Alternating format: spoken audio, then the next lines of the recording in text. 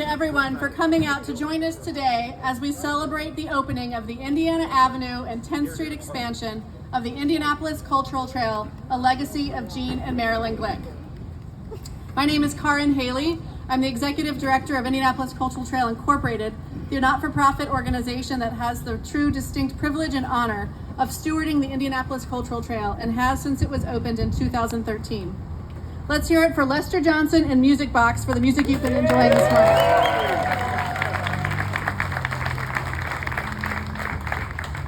Before we celebrate and cut the ribbon, we must acknowledge that we are gathered here on the lands of the Kickapoo, the Miami, and the Peoria peoples, and that our city and the Cultural Trail is built upon these lands.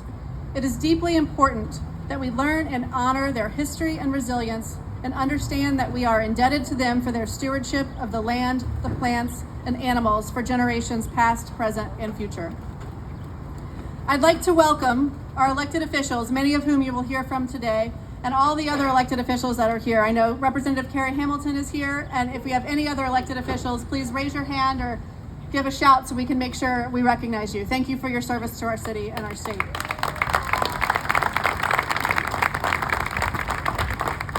We also have leaders and representatives from many of our partners and stakeholders along Indiana Avenue and 10th Street.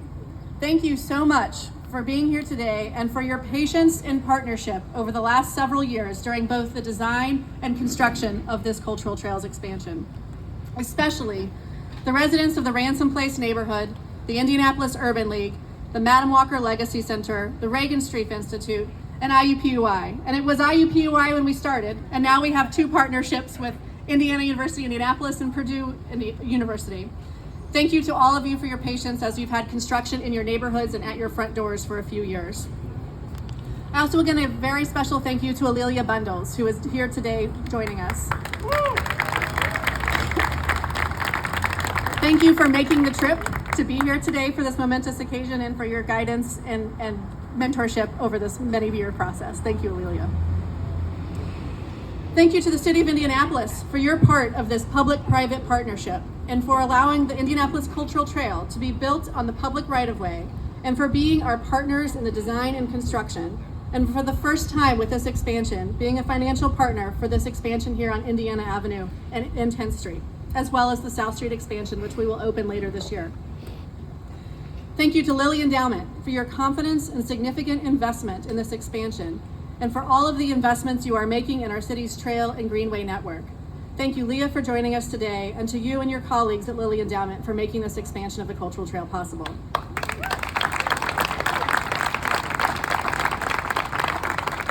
There are so many of you here. This is so exciting. Thank you. With the opening of the Indiana Avenue and 10th Street expansion, the Cultural Trail strengthens and increases its role as the hub of the Central Indiana Greenway Network. You can now start your day in downtown or in Garfield Park or Ellenberger Park, ride a bike.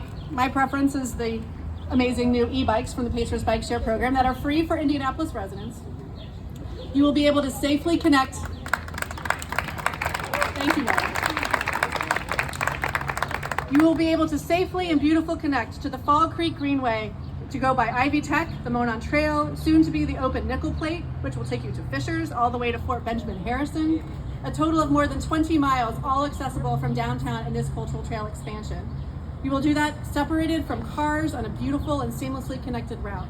You could also choose to take the Cultural Trail up to the White River and Wapahani Trail, to go by Riverside Park in that amazing neighborhood, Marion University, continue to the Canal Towpath, to Newfields, to Butler, all the way to Broad Ripple. There are so many places you can now go because of this expansion that we're opening today, and it's just a stone's throw to the north of us. And finally, we can't forget about 16 Tech, which will also soon be accessible by the Cultural Trails expansion as soon as the new bridge opens in a few months. Thank you to 16 Tech for your partnership in this connection. There's a lot of people to thank, so thank you for your patience, and I appreciate the breeze and the shade right now.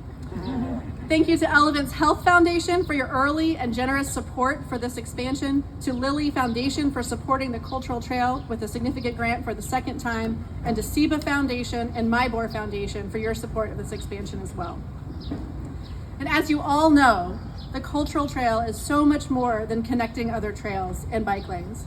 It is about connecting people to our city's cultural districts and destinations and celebrating the many cultures that together create the culture of Indianapolis. With this expansion, we are celebrating the Indiana Avenue Cultural District.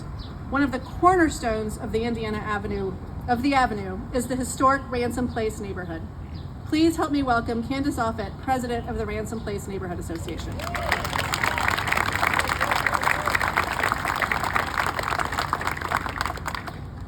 Good morning. I am Candace Offit, and I would like to welcome you to the Indiana